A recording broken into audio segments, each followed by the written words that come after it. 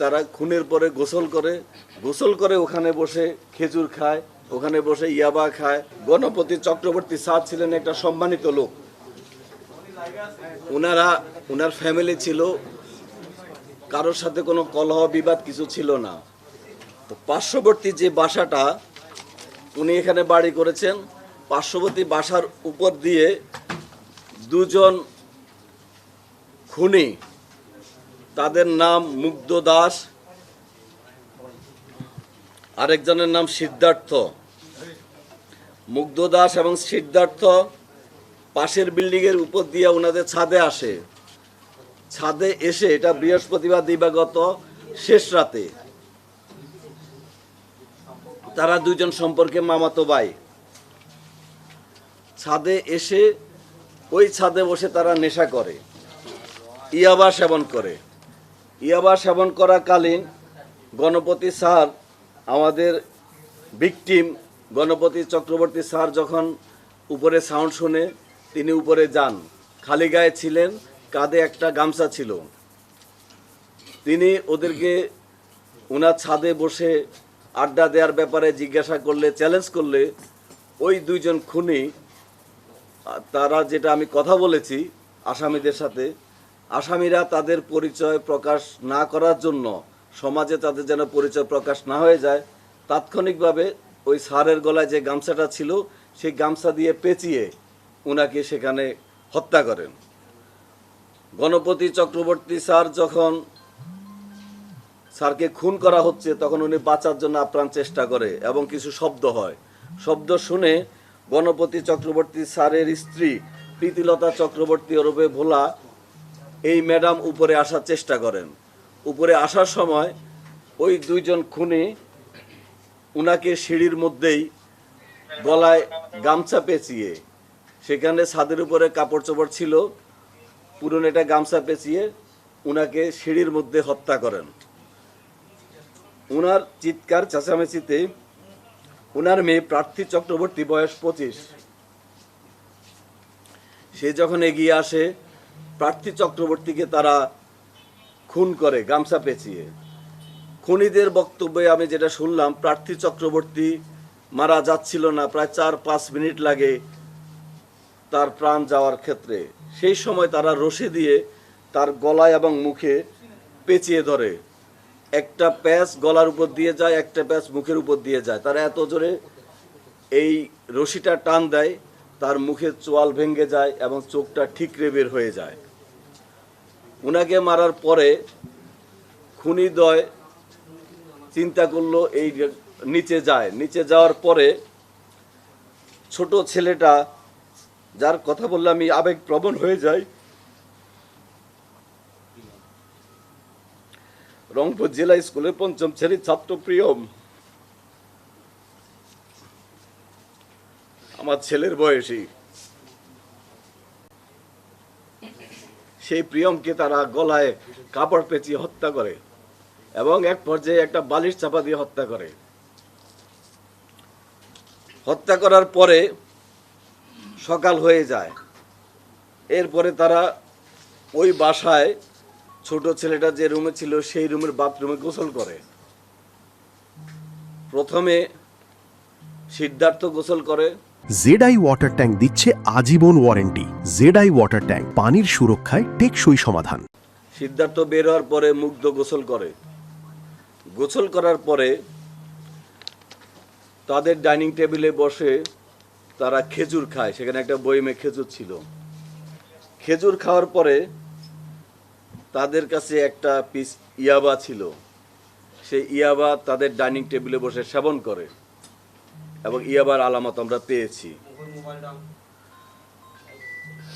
ইয়াবা সেবনের পরে সকাল হয়ে যায়, জুমার দিন ছিল। তারা অপেক্ষা করতে থাকে বাইরে লোকজন যেন কমে যায়। যখন জুমার নামাজের সময় হয় তখন তারা, মুসল্লিরা নামাজে ব্যস্ত ছিল, রাস্তাঘাট ফাঁকা ছিল, দুইজন বাসার থেকে বের হয়ে সাথে লুট করে নিয়ে যায়। এর মধ্যে সিদ্ধার্থ, সে একটা স্বর্ণের দোকানের কারিগর, পিকে পাল জুয়েলার্সে 8 বছর যাবৎ স্বর্ণের কাজ করে। কাজে সে কোনটা স্বর্ণ কোনটা ইমিটেশন সে চিনে, এবং একটা চুড়ি সে আগুন দিয়ে পরীক্ষা করে। আমরা যখন কালকে আলামতটা পেলাম যে একটা চুড়িকে স্বর্ণের চুড়ি কিনা পরীক্ষা করার জন্য আগুন দিয়ে টেস্ট করা হয়েছিল, তখন আমরা অনুমান করেছিলাম স্বর্ণের কাজে অভিজ্ঞ হয়তো কেউ থাকতে পারে। তা আমাদের সেই অনুমানটা সঠিক হয়, সিদ্ধার্থ স্বর্ণের কাজে অভিজ্ঞ।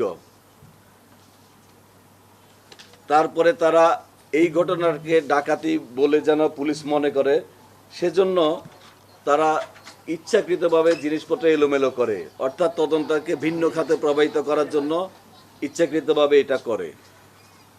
দুপুরের দিকে তারা এখান থেকে বের হয়ে যায়। বের হয়ে যাওয়ার আগে সেই বাসায় 2টা ফোন ছিল, ফোনগুলো তারা ডিটারজেন্ট দিয়ে বালতিতে ভিজিয়ে রাখে, ফোনে যেন কোনো ফিঙ্গারপ্রিন্ট না থাকে। তারা বলেছে তাদের স্বীকারোক্তি অনুযায়ী ফিঙ্গারপ্রিন্ট যেন না থাকে, সেই উদ্দেশ্যে তারা এটা পানিতে ভিজিয়ে রাখে।